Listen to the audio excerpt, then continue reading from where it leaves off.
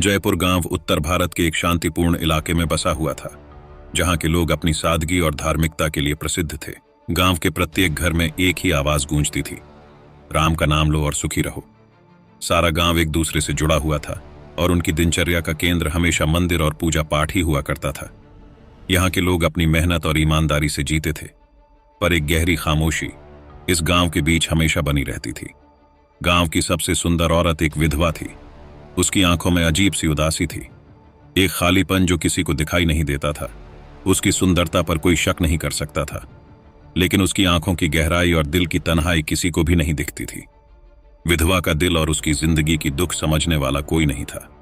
विधवा अक्सर सोचती, क्या यही है मेरी जिंदगी का उद्देश्य? क्या मेरी सुंदरता का कोई मतलब नहीं है? मुझे किसी के दिल में जगह क्यों नहीं मिलती? एक दिन गांव में एक साधु महात्मा का आगमन हुआ। साधु महाराज के बारे में सुनकर हर किसी की उत्सुकता बढ़ गई थी। वे एक अजीब व्यक्तित्व के मालिक थे, लंबी जटाएं, शरीर पर भस्म और ऐसी गहरी आवाज जो हर किसी के दिल में उतर जाती। लोग उनकी बातें सुनने के लिए मंदिर में इकट्ठा होते और उन्होंने अपने चमत्कारी कार्यों के बारे में बताना शुरू किया। उनका प्रभाव तेजी से गांव में फैलने लगा। लोग उनके प्रति श्रद्धा और विश्वास में बंधने लगे। विधवा भी उनकी उपासना में शामिल हुई। उसे ऐसा महसूस होने लगा जैसे साधु महाराज की बातें उसकी आत्मा को छूने लगी। वह अपनी उदास जिंदगी से बाहर निकलने के लिए साधु के दर्शन करने जाने लगी। धीरे धीरे वह साधु के उपदेशों में खो जाने लगी। साधु महाराज का व्यक्तित्व इतना सम्मोहना था कि विधवा को लगता था जैसे वह उससे किसी गहरे स्तर पर जुड़ा हुआ है। उसकी बातें, उसकी उपदेशों की गहराई और उसकी शांति, यह सब कुछ विधवा को अंदर से खींच रहा था। साधु महाराज ने विधवा से कई बार बात की और उसे आध्यात्मिक उन्नति का रास्ता दिखाया। तुम्हारी आत्मा भी परमात्मा से जुड़ी हुई है, तुम्हें बस अपनी पहचान को समझने की आवश्यकता है, साधु ने उसे कहा। यह शब्द उसके दिल में गहरे तक समा गए। साधु के साथ कुछ और बातें हुई और जल्द ही विधवा के जीवन का एक अहम हिस्सा बन गए। वह विधवा को हर दुख, हर दर्द से उबारने की बातें करते और विधवा को लगता था जैसे उसकी सारी जिंदगी अब साकार हो रही है। वह विश्वास करने लगी कि साधु महाराज उसके जीवन के उस खालीपन को भर सकते हैं जो अब तक कोई नहीं भर पाया था। गांव में साधु महाराज का प्रभाव बढ़ता जा रहा था। उनके आने के बाद से लोग उनकी पूजा करने के लिए मंदिर में इकट्ठा होते थे। उनके चमत्कारों की बात फैल रही थी। कभी किसी बीमार को ठीक करना, कभी किसी की किस्मत बदलना और कभी किसी की समस्याओं को हल करना। गांव के लोग उन्हें दिव्य मानने लगे थे। इस माहौल में विधवा भी पूरी तरह से प्रभावित हो चुकी थी। वह जब भी साधु महाराज के पास जाती, उसके दिल में एक अजीब सी तृप्ति होती। साधु के साथ हर मुलाकात उसके लिए जैसे एक नई शुरुआत होती। साधु महाराज की बातें विधवा को बहुत प्रभावित करती। उन्होंने उसे बताया, तुम्हारे भीतर शक्ति है, केवल तुम खुद को समझ नहीं पाती हो। यदि तुम मेरी शरण में आओगी तो तुम्हें वह सब मिलेगा जो तुम चाहती हो। तुम्हारा दुख केवल तुम्हारे भीतर की बंदिशों से है। तुम्हारे आत्मविश्वास को जागृत करना होगा। विधवा इन शब्दों को दिल से महसूस करने लगी। वह समझने लगी कि साधु के शब्दों में कुछ खास बात है जो उसे अब तक किसी ने नहीं समझाई थी। धीरे धीरे विधवा और साधु के बीच यह रिश्ता गहरा होता गया। वे अब एक दूसरे के बिना नहीं रह सकते थे। विधवा की जिंदगी अब साधु की उपदेशों के इर्द गिर्द घूमने लगी थी। साधु ने उसे यह विश्वास दिलाया कि वह उसे बचा सकता है, उसे एक नई दिशा दे सकता है। इसके बदले में विधवा ने अपने दिल की सारी इच्छाओं को साधु के सामने खोल दिया था। साधु का आकर्षण बढ़ता गया। विधवा को ऐसा महसूस होने लगा जैसे वह साधु के बिना कुछ भी नहीं है। उसकी पूरी दुनिया केवल साधु के इर्द गिर्द सिमटने लगी। साधु ने उसे और अधिक अपने पास खींच लिया। तुम मेरी शिष्य हो, तुम्हारे जीवन का उद्देश्य अब मुझसे जुड़कर पूरा होगा, उसने विधवा से कहा। एक शाम जब गांव का मंदिर सुनसान था और सभी लोग अपने अपने घरों में थे, साधु ने विधवा से गुपचुप मुलाकात की।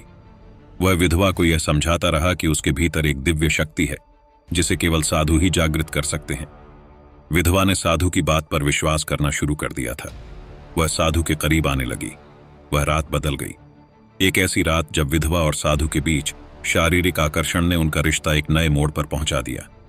साधु ने उसे विश्वास दिलाया कि यह एक आध्यात्मिक अनुभव है और विधवा ने बिना किसी संकोच के उसे स्वीकार कर लिया। वह रात जो पहले केवल उपदेशों और शब्दों में बंधी हुई थी, अब एक नया अर्थ ग्रहण कर चुकी थी। गांव में और साधु के रिश्ते को लेकर चुपके चुपके चर्चा होने लगी थी। कुछ लोग साधु महाराज के बारे में लगातार सुन रहे थे, लेकिन विधवा और साधु के बीच बढ़ती नजदीकी को लेकर कोई खुलकर बात नहीं करता था। लेकिन यह कोई छिपा हुआ रहस्य नहीं था। धीरे धीरे अफवाह फैलने लगी। विधवा अक्सर साधु के पास आती जाती थी और गांव वाले यह सब देख रहे थे।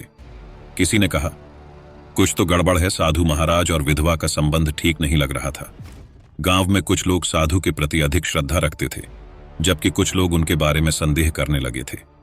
एक दिन गांव के कुछ युवक ने विधवा और साधु को एक साथ देखा था। उन्होंने यह बात पंचायत के सदस्यों तक पहुंचाई। उन्होंने बताया कि विधवा और साधु के बीच कुछ अजीब सा रिश्ता बन रहा है। यह खबर जैसे ही फैली, पूरा गांव हलचल में आ गया। गांव में बड़े बुजुर्गों ने एक पंचायत बुलाई। सभी को यह चर्चा करनी थी कि क्या यह मामला सच्चाई पर आधारित है या सिर्फ अफवाहें हैं। पंचायत के सभी सदस्य इस मुद्दे पर विचार करने के लिए एकजुट हो गए। गांव में साधु और विधवा के बीच बढ़ते रिश्ते को लेकर जो अफवाहें फैल रही थी, वह अब सच्चाई के करीब पहुंचने लगी थी। कई गांव वाले इस बात से परेशान हो गए थे, लेकिन किसी को भी यह खुलकर सामने लाने की हिम्मत नहीं हो रही थी। लेकिन एक दिन जब विधवा मंदिर से लौट रही थी, उसे गांव के एक युवक ने देखा जो साधु महाराज के उपदेशों से खास प्रभावित था। लेकिन अब उसे यह समझ में आने लगा था कि साधु के व्यवहार में कुछ गलत था। श्याम ने वह दृश्य देखा जब विधवा साधु के पास गई और दोनों के बीच बातचीत के दौरान कुछ अत्यधिक व्यक्तिगत बातें हो रही थीं। श्याम चुपके से यह सब देख रहा था और उसे अब कोई संदेह नहीं रहा कि कुछ गड़बड़ है। उसने यह बात तुरंत गांव के अन्य लोगों को बताई और यह खबर जैसे ही फैलने लगी, गांव में फिर से हलचल मच गई। एक दिन गांव के एक बुजुर्ग ने विधवा से पूछा, तुम्हारा और साधु महाराज के बीच क्या चल रहा है? विधवा ने मुंह चुप कर लिया। उसका दिल घबराया हुआ था। वह समझ नहीं पा रही थी कि क्या कहे। उसके मन में बहुत कुछ था। गांव में अब अफवाहें फैल चुकी थीं और लोग इस पूरे मामले को लेकर सशंकित थे। कुछ लोग विधवा को दोषी ठहराते हुए कह रहे थे, यह औरत बिगड़ गई है, इसने साधु महाराज को फंसा लिया। वहीं कुछ लोग साधु की ओर इशारा कर रहे थे, क्या साधु महाराज ने इस औरत को अपनी जाल में फंसा लिया है?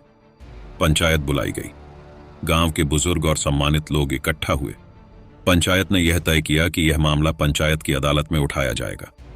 पंचायत के हॉल में जब लोग जमा हुए तो हर चेहरे पर गुस्सा और नाराजगी का भाव था। गांव के लोग इस पूरे मामले से अत्यधिक आहत थे।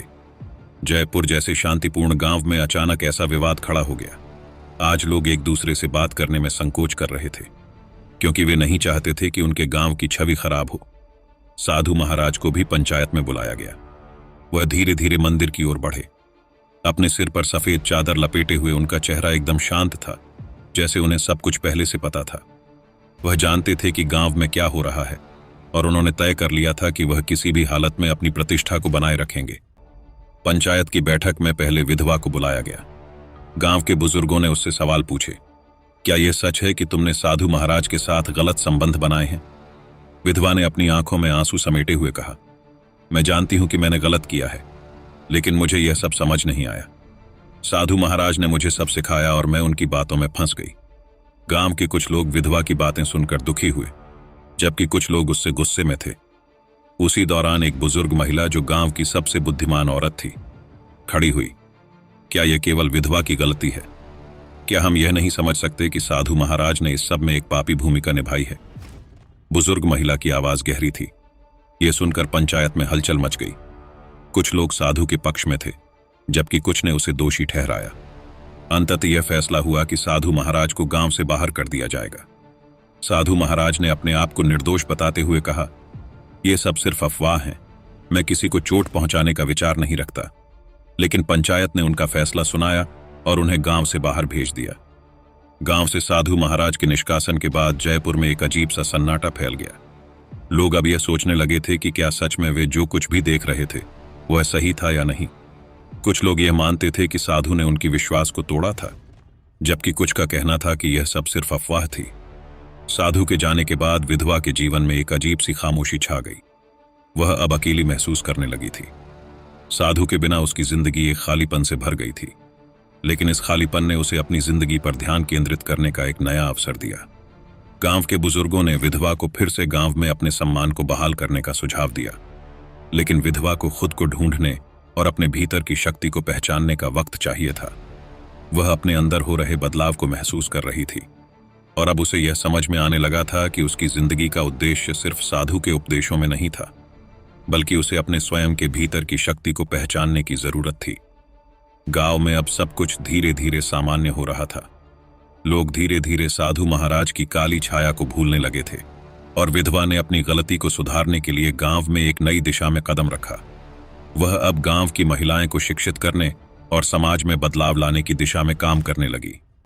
उसने यह समझ लिया था कि जब तक वह खुद को सुधार नहीं सकती, तब तक वह दूसरों की मदद नहीं कर सकती। गांव में हुए इस पूरे घटनाक्रम ने लोगों को यह सिखाया कि किसी भी संबंध में विश्वास और समझ दोनों जरूरी होते हैं। विधवा ने अपनी ताकत को पहचान लिया था। उसने अपने अनुभवों से सीखा था कि केवल बाहरी आकर्षण ही किसी के जीवन को पूरी तरह से पूरा नहीं कर सकता है। ये जानकारी आपको कैसी लगी कमेंट में जरूर बताएं।